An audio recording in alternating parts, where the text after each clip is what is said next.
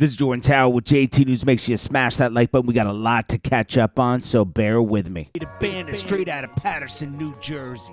Forced to be reckoned with, pushing his music and merchandise. Check out all of his links below. Can I hit miss? Making you do backflips, treat you like a star. How day in, day out, you're pushing my fancy cars. It's your boy, man, Jadabandit. We out here at Jersey Bangers LLC. You know what I mean? You see the merch. So we got Mike Tyson and Floyd Mayweather going head to head. Okay, legend versus legend. This is going to happen in 2026. It's under Mayweather Promotions and Mike Tyson Promotions. I think that Floyd Mayweather saw the Jake Paul fight, and saw how much attention it got, and said, "I want a piece of that." All right, I want that exhibition. It's not going to be anything to like. I'm going to be honest with you. The Jake Paul thing seemed kind of a little bit, it seemed a little rigged in a sense to me, but I don't know. So Mike Tyson, are we excited about this? Not really. I'm not. I was excited about the Jake Paul thing, and the way it turned out, it was like, it wasn't really Mike Tyson showing what he was showing during training. Like during training, he was going all for it. It looked like he would destroy Jake Paul. But then when he got in there, he kind of took it light. So I assume same thing's going to go here, really light. I mean, there's still a big... what's the age gap between Mayweather? Mayweather age. I think he's 48, okay? And then Mike Tyson, I think, is 58, right? Mike Tyson age... 59. So there's like a good 10 years between the two. There's a good 10 years between the two, and I think that they'll do it so it's a good 10-year gap, because they'll do it right around where Floyd turns 49. So that'll be right after February, March, April, May, somewhere in there, because Mike Tyson doesn't turn 60 until June, and they're not going to let Mike Tyson turn 60 and do the fight, I don't think. So we'll see.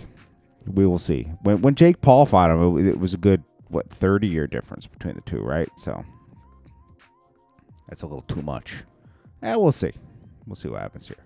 But then we got Lil Jon. He is now a bodybuilder. Okay, he won a third place in a muscle competition. So he's gone from, I guess he's still DJing, but now he's a muscle guy.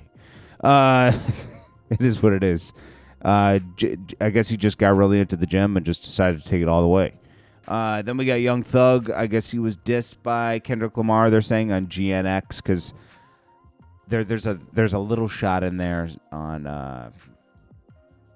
what song was this? Let's see. I'll tell you the song right now. I forget what song it was. But the Kendrick Lamar lyric, it was on Squabble Up. The lyric breakdown artist, went deep into the archives and says, "Oh, he dissed Young Thug last year." I don't know. Young Thug's talking about he really wanted a Kendrick Lamar verse, and Kendrick Lamar should start working with people like him, and da da da da da. And then he goes to dissing Kendrick Lamar later, because Kendrick Lamar wouldn't give him a feature. He denied it.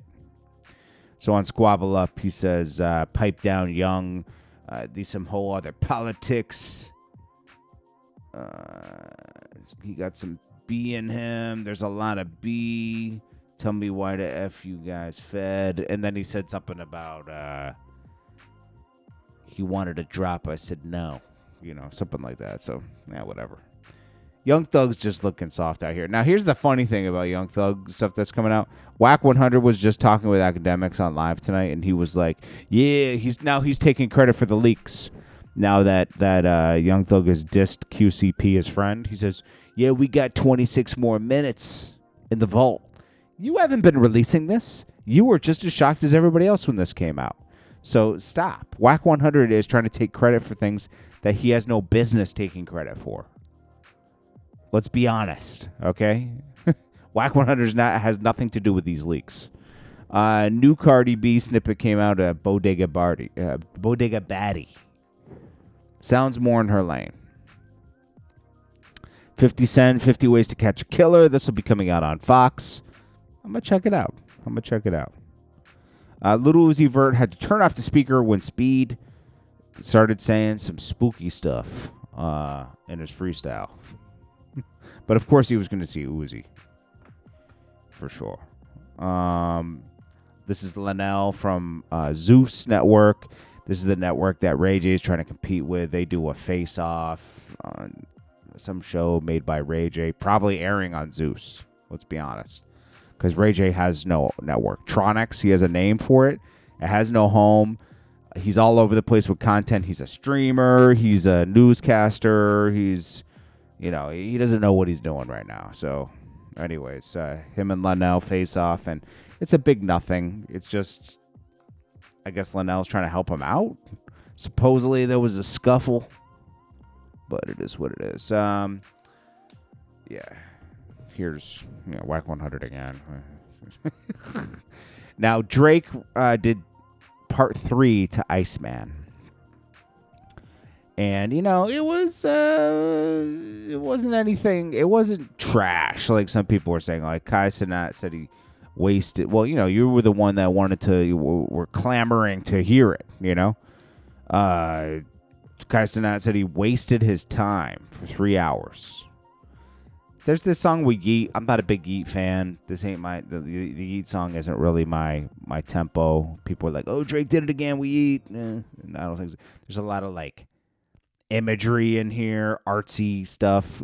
Of course, Rick Ross, this is the time he responded to Drake from the Bobby Altoff interview where Drake said, she said, oh, I didn't know you people iced rosé. And he says, go ask any jeweler that sells fake diamonds in Miami. I was like, all right, Drake, come on. So this is what Here's the name of the Aubrey album, White Man. For real? Damn, Champagne Poppy, they say them songs that you just streamed off your new project, White Man, say that shit ain't dope. The comments crazy. And then Kai Cenat, shout out to Kai Cenat, he kept it real. They said Kai said that shit was ass. It's probably A minor. Here's the name of I don't think they'll ever be cool again, to be honest with you. He says the name of his album is White Man, not Iceman.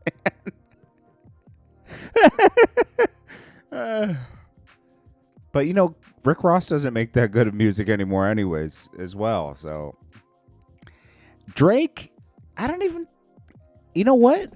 I think he's just, I'm going to be honest with you. He's dropped some in the past couple years that are okay, some songs. But For the Dogs was not good, bro. What Certified Lover Boy was okay. He's getting too artsy.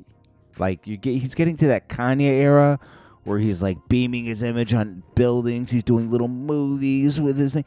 Just drop the music, bro.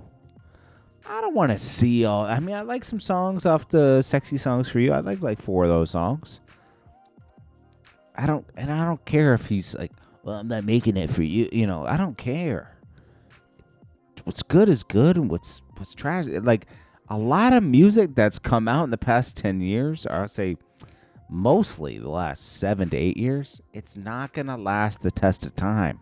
It's garbage. And I'm not just talking about Drake. I'm talking about a lot of artists. A lot of garbage out here that gets overhyped. Very few songs will have replay value.